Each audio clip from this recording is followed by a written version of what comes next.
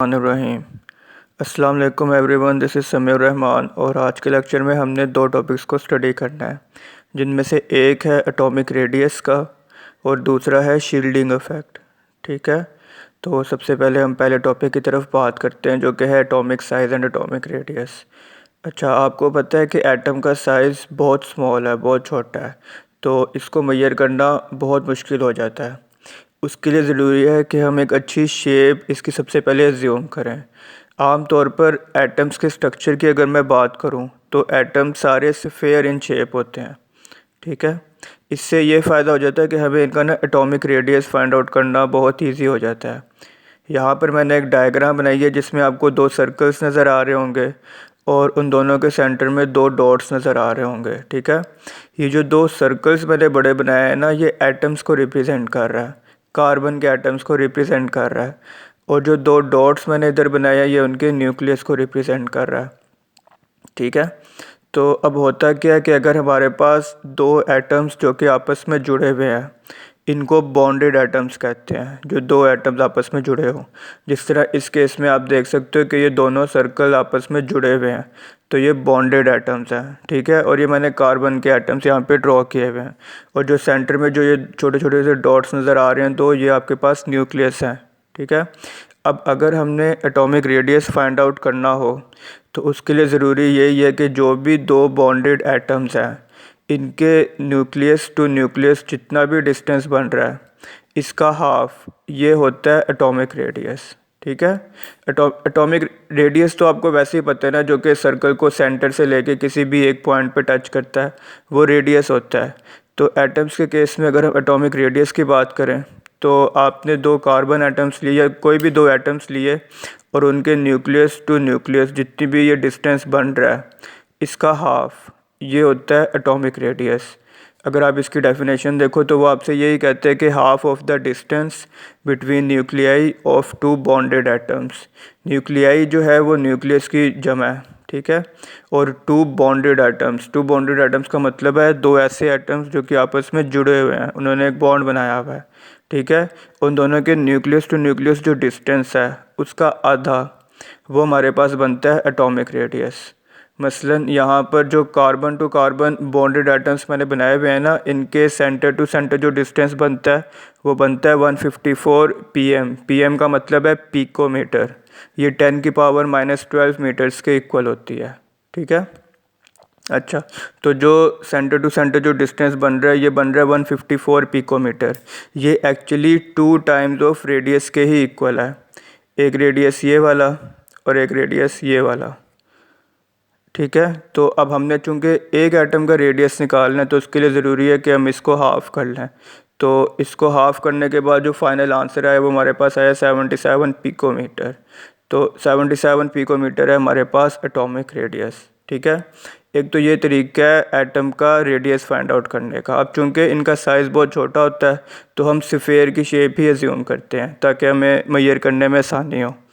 अगर हम बात करें इसके ट्रेंड्स की अलोंग द पीरियड और अलोंग द ग्रुप, तो पहले बात करते हैं ट्रेंड अलोंग द पीरियड।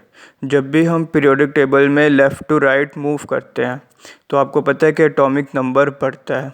ठीक है, हाइड्रोजन हीलियम तो पीरियड नंबर 1 है ना। अगर हम सेकंड पीरियड की बात करें तो उसमें lithium, beryllium, boron, carbon, nitrogen, oxygen, जो कि 3, 4, 5, 6, 7, 8 इनके एटॉमिक नंबर्स। ठीक है, अब चूंकि एटॉमिक नंबर्स बढ़ता है तो इसका मतलब ये ऑब्वियस है कि नंबर ऑफ़ प्रोटॉन्स भी बढ़ेंगे, और जो प्रोटॉन्स हैं वो न्यूक्लियस के सेंटर में यहाँ पे मौजूद होते हैं।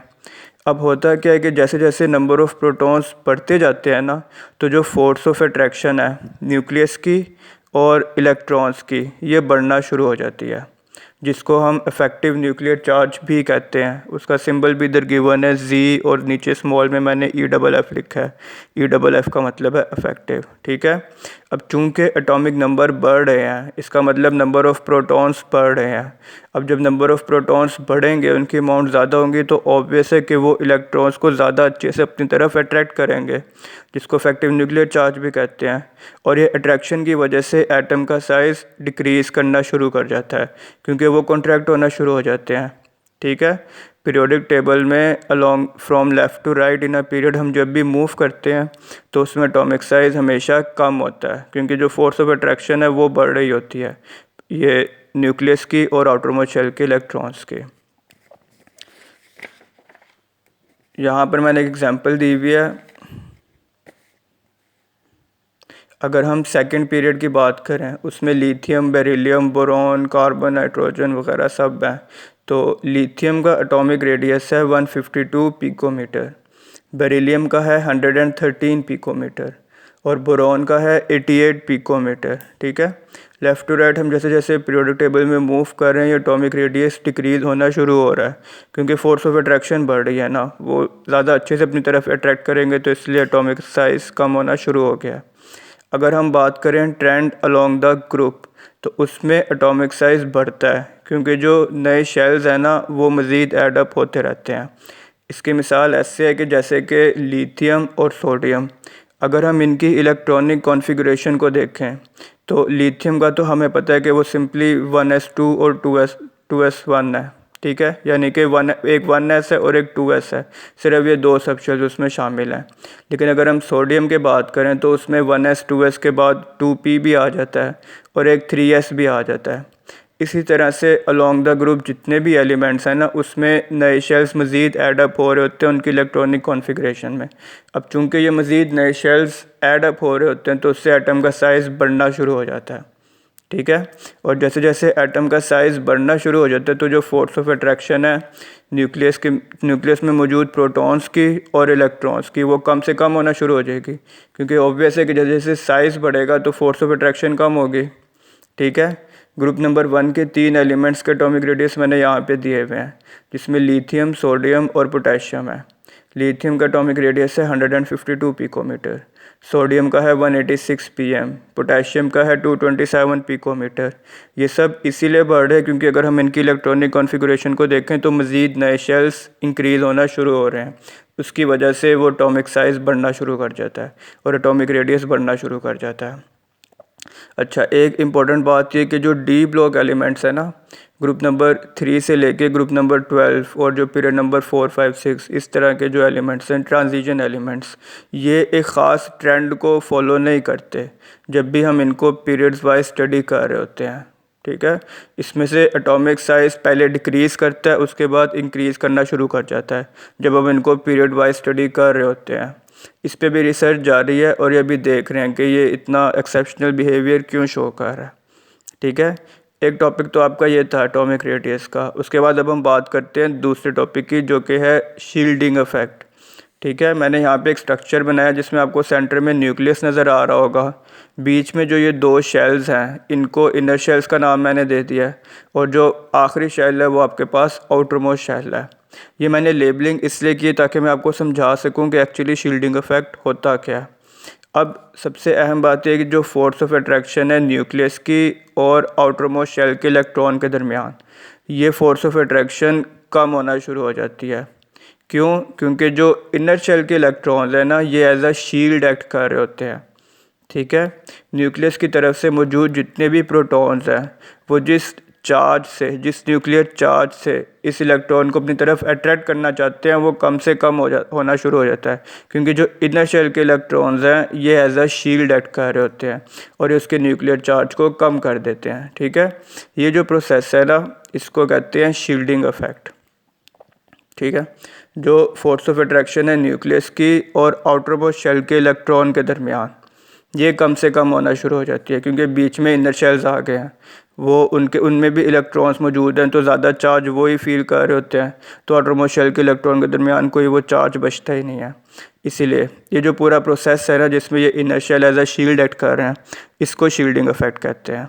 ठीक है। अगर हम बात करें इसका ट्रेंड अलोंग द ग्रुप, तो उसमें शील्डिंग इफेक्ट बढ़ता है। उसकी रीज़न यही है कि नंबर ऑफ़ शेल्स बढ़ रहे होते हैं ना, तो जब नंबर ऑफ़ शेल्स बढ़ रहे होंगे, इनर शेल्स की अमाउंट बढ़ रही होगी, तो सारा न्यूक्लियर चार्ज तो वही फील कर लेंगे, तो आउटर मोस्ट शेल के लिए क्या बचेगा? कुछ भी नहीं बचेगा। तो जो शील्डिंग इफेक्ट है वो अलोंग द ग्रुप बढ़ेगा ही, क्योंकि नंबर ऑफ़ शेल्स बढ़ रहे हैं। इसी तरह across the period shielding effect decrease होना शुरू हो जाता है, क्योंकि मैंने आपको इससे पहले ही पिछले टॉपिक में ये बताया था कि जो फोर्स ऑफ अट्रैक्शन है वो बढ़ रही होती है और जो एटॉमिक साइज़ है वो डिक्रीज़ कर रहा होता है। ठीक है, उसी बेस पर, क्योंकि जो एटॉमिक साइज़ है वो डिक्रीज़ कर रहा होता है, तो जो अब डिस्टेंस है न्यूक्लियस से लेके आउटरमोस्ट शेल के इलेक्ट्रॉन का वो थोड़ा है, वो कम है, ऐसे में वो चार्ज फील हो सकता है, इसीलिए जो शील्डिंग इफेक्ट है ना वो डिक्रीज़ कर रहा है। इसकी मार्किंग में आपने फर्स्ट पैराग्राफ ही मार्क कर लेना है जो स्टार्ट हो रहा है ना, द इलेक्ट्रॉन्स प्रेजेंट बिटवीन, यहाँ से लेके this is called shielding effect, यहाँ तक ये आप लोगों ने मार्क कर लेना है। ये दोनों questions as a short question ही इंपॉर्टेंट है, ये आमतौर पर लॉन्ग में नहीं आते। शील्डिंग इफेक्ट एक इंपॉर्टेंट शॉर्ट क्वेश्चन है, और एटॉमिक रेडियस अगर आपको वो लॉन्ग में आ जाता है तो वो आपने इन हेडिंग्स के साथ, इस पैटर्न के साथ उसको करना है। एक सेकेंड बस,